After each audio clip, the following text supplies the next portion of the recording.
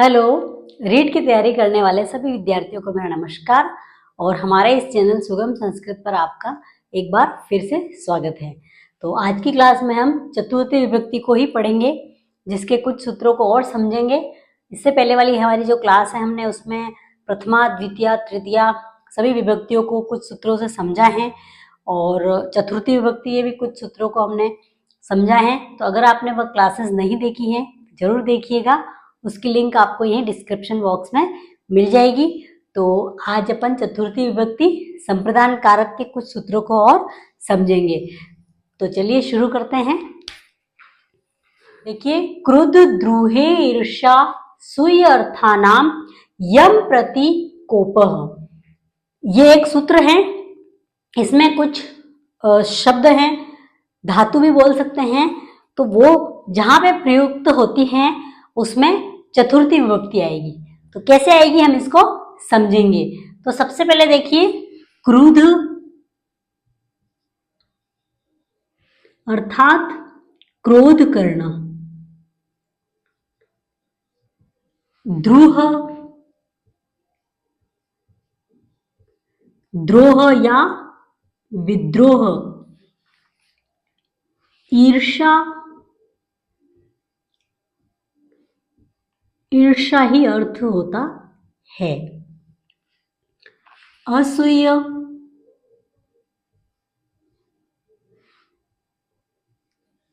निंदा करना या आलोचना।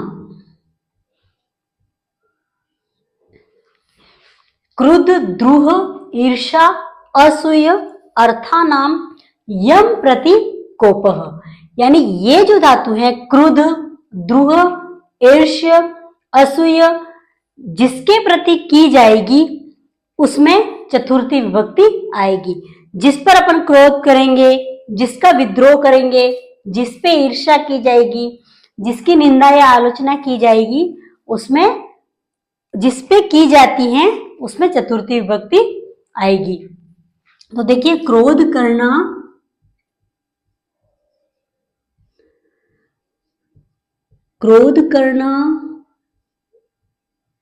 विद्रोह करना,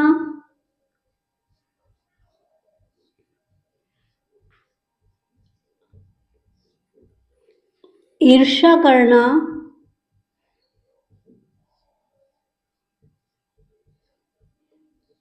एवं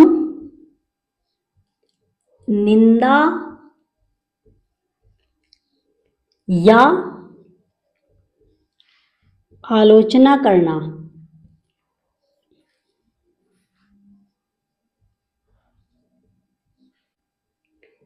इन अर्थों वाली धातुओं का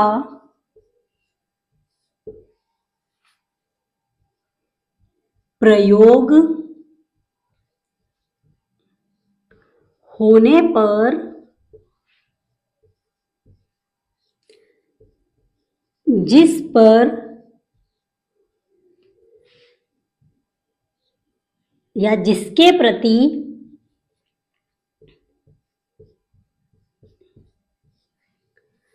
क्रोध आदि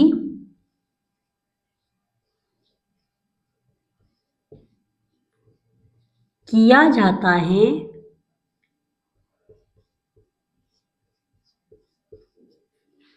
उसमें चतुर्थी विभक्ति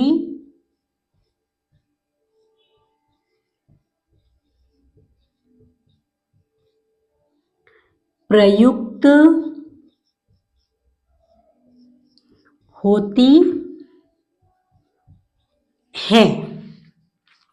क्रोध करना, विद्रोह करना, ईर्ष्या करना, निंदा करना, इन अर्थों वाली धातुओं का प्रयोग होने पर जिसके प्रति क्रोध आदि किया जाएगा, क्रोध आदि का मतलब क्रोध, द्रोह, ईर्ष्या, निंदा जो भी किया जाएगा, वह जिसके प्रति किया जाएगा उसमें चतुर्थी विभक्ति आएगी। तो देखिए, इसको अपन उदाहरण से समझेंगे। जैसे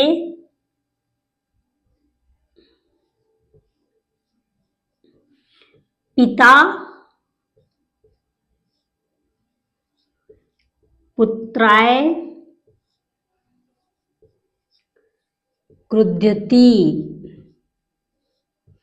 पिता पुत्राय क्रुध्यति। पिता पुत्र के लिए क्रोध करता है या पिता पुत्र पर क्रोध करता है। तो यहाँ पे क्रुद्ध धातु लगी है, तो किस पर लगी है? पुत्र के ऊपर। तो पिता किस पर क्रोध कर रहा है? पुत्र पे। तो यहाँ पे पुत्र में चतुर्थी विभक्ति प्रयुक्त होगी। इसी प्रकार विद्रोह को लेते हैं तो राजा सेवकाय द्रुयति।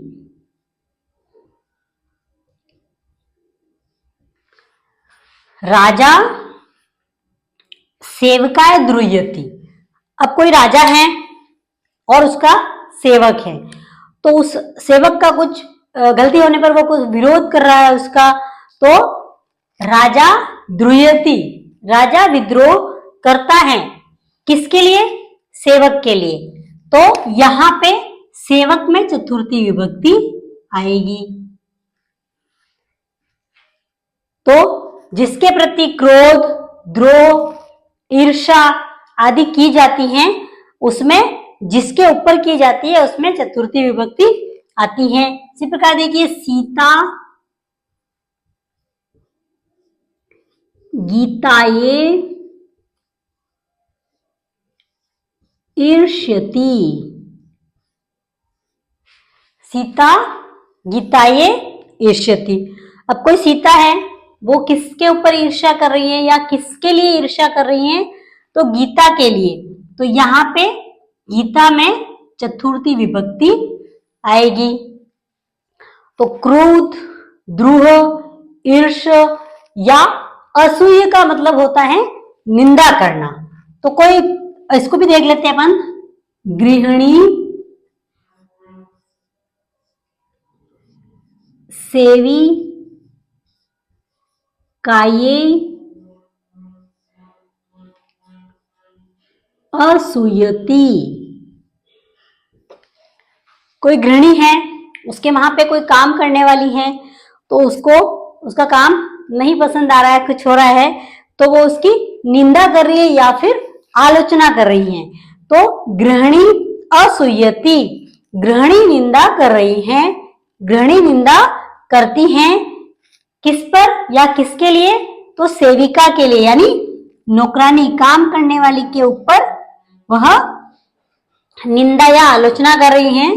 तो सेविका में यहाँ पे चतुर्थी विभक्ति आएगी। आई होप आपको ये समझ में आया होगा कि क्रुद्ध, द्रुहे, ईर्ष्या, असूय अर्थानाम यम प्रति कोपः। क्रुद्ध धातु, द्रुह धातु, ईर्ष, असूय, इन धातुओं का प्रयोग होने पर जिस पर क्रोध आदि किया जाता है उसमें चतुर्थी विभक्ति प्रयुक्त होती हैं। तो पुत्राय, सेवकाय, गीताय और सेविकाय, यहाँ पे चतुर्थी विभक्ति का प्रयोग हुआ है। तो आप इसमें अगर आपको कोई डाउट है जरूर पूछिएगा और जिसका हम समाधान करेंगे। और इसी प्रकार अपन एक और सूत्र देखते हैं। देखिए, नमः स्वस्ति स्वाहा स्वधा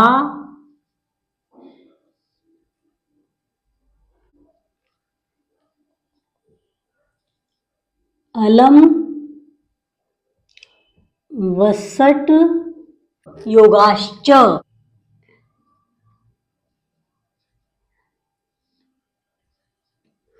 नमः स्वस्ति स्वाहा स्वधा अलम वसट योगाश्च, यानी नमः धातु स्वस्ति, स्वाहा, स्वधा, अलम और वसट के योग में भी चतुर्थी विभक्ति आएगी।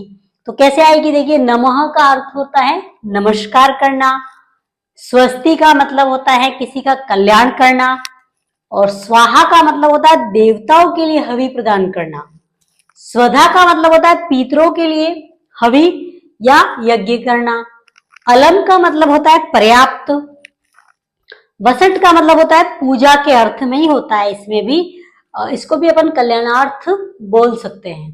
तो इन नमस्कार करना, कल्याण करना, स्वस्ति का अर्थ होता है कल्याण करना, स्वाहा देवताओं के लिए हवि, तो नमस्कार करना, कल्याण करना, देवताओं के लिए हवि देना, पितरों के लिए हवि, कोई पर्याप्त का होना या फिर कल्याणार्थ के योग में ये शब्द जिसके प्रति प्रयुक्त होते हैं उसमें चतुर्थी विभक्ति आएगी। तो देखिए इसको समझते हैं। नमस्कार करना,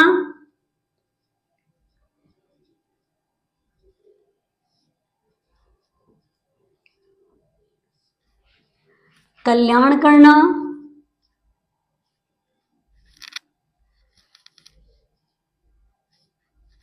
देवताओं के लिए हवि,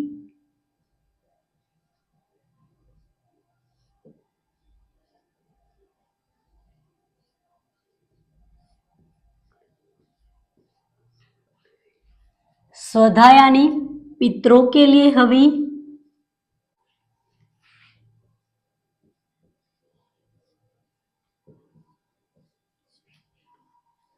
अलम पर्याप्त,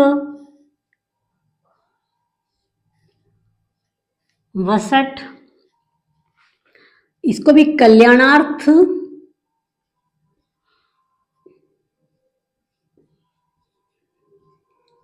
या पूजा अर्थ में बोल सकते हैं, पूजा अर्थ में। तो नमस्कार करना, कल्याण करना, देवताओं के लिए हवि, पितरों के लिए हवि, ये शब्द या अलम अर्थात पर्याप्त या पूजा के अर्थ में ये शब्द जिसके लिए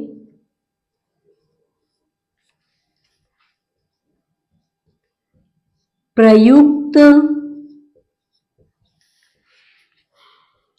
होते हैं उसमें चतुर्थी विभक्ति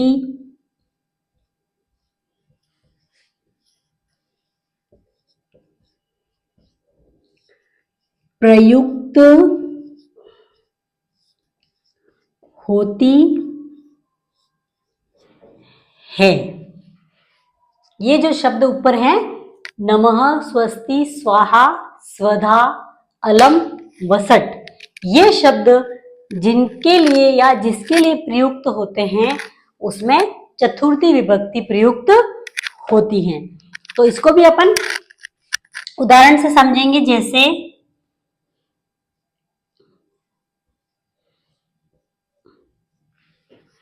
सबसे पहले देखिए गुरुवे नमः,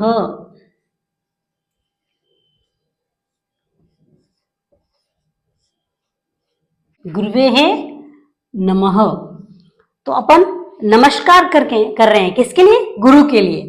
तो गुरुवे यानी गुरु में चतुर्थी विभक्ति आएगी। नमस्कार करना किसके लिए? गुरु के लिए। इसी प्रकार देखो प्रजाभ्य,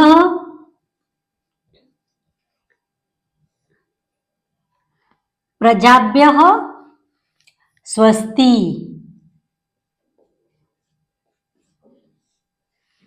कल्याण हो पर किसका हो? प्रजा का। कोई राजा है वो अपनी प्रजा के लिए कह रहा है कि प्रजाभ्य स्वस्ति यानी प्रजाओं का कल्याण हो। तो यहाँ पे किसका कल्याण हो रहा है? प्रजा का। तो यहाँ पे चतुर्थी विभक्ति प्रजा में आएगी, जनता। इसी प्रकार देखिए अपन स्वाहा किसमें करते? अग्नि में। तो अग्नय, अग्नय स्वाहा, अग्नय स्वाहा। तो हम हवि प्रदान कर रहे हैं देवताओं को, तो उसमें अग्नि में स्वाहा कर रहे हैं, तो किस में कर रहे हैं, किसके लिए, अग्नि के लिए स्वाहा। तो यहाँ पे चतुर्थी विभक्ति अग्नि में आएगी। उसके अलावा देखिए स्वधा, तो पितृभ्य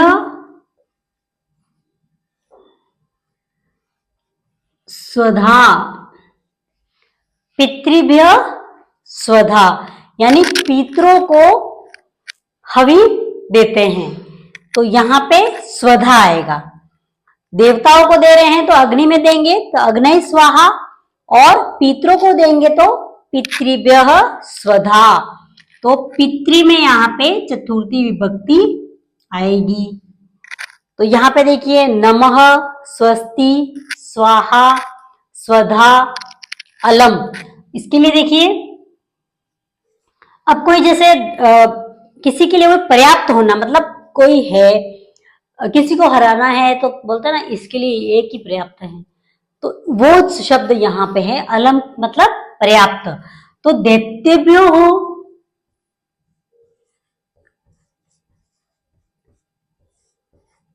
हरिह अलम, यानी दानवों के लिए हरि पर्याप्त हैं। बहुत सारे दानव हैं, उनको मारना है, हराना है या भगाना है, तो उनके लिए सिर्फ कौन पर्याप्त है, हरि। भगवान विष्णु के लिए आया है कि दैत्यभ्यो हो हरि अलम, दैत्यों के लिए तो सिर्फ हरि ही पर्याप्त हैं। तो यहाँ पे दैत्य में चतुर्थी विभक्ति आएगी। तो इसी प्रकार देखिए सारे वर्ण हो गए, नमः, स्वस्ति, स्वाहा, स्वधा, अलम, वसट। अब वसट के लिए देखो, इसके लिए अपन पूजा अर्थ में लेंगे, तो इंद्र भगवान की कोई इष्ट कर रहा है, पूजा कर रहे हैं, तो यहाँ पे इंद्राय वसट, यानी इंद्र का कल्याण कर रहे हैं या इंद्र की पूजा कर रहे हैं। तो किसके लिए हो रहा है, इंद्र के लिए, तो इंद्र में यहाँ पे चतुर्थी विभक्ति आएगी। आई होप आपको ये समझ में आया होगा अच्छे से कि नमः, स्वस्ति, स्वाहा, स्वधा, अलम, वसट, योगाश्च, ये पूछ के अपने को पूछ लिया जाता है कि नमस्कार के योग में कौन सी विभक्ति आएगी, स्वस्ति अर्थ में कौन सी विभक्ति आती है, स्वाहा के अर्थ में, स्वधा के अर्थ में, अलम के अर्थ में, वसट के अर्थ में। तो ये सारे एक साथ नहीं पूछ के अलग अलग भी पूछ सकते हैं। अब जैसे गुरुवे नमः आता है तो सभी को याद रहता है कि गुरु को नमस्कार, प्रजाप्यः स्वस्ति। अब स्वस्ति, स्वाहा, स्वधा, अलम, ये शब्द देकर पूछ लिया जाएगा कि इन शब्दों के योग में या इन शब्दों के अर्थ में कौन सी विभक्ति प्रयुक्त होगी।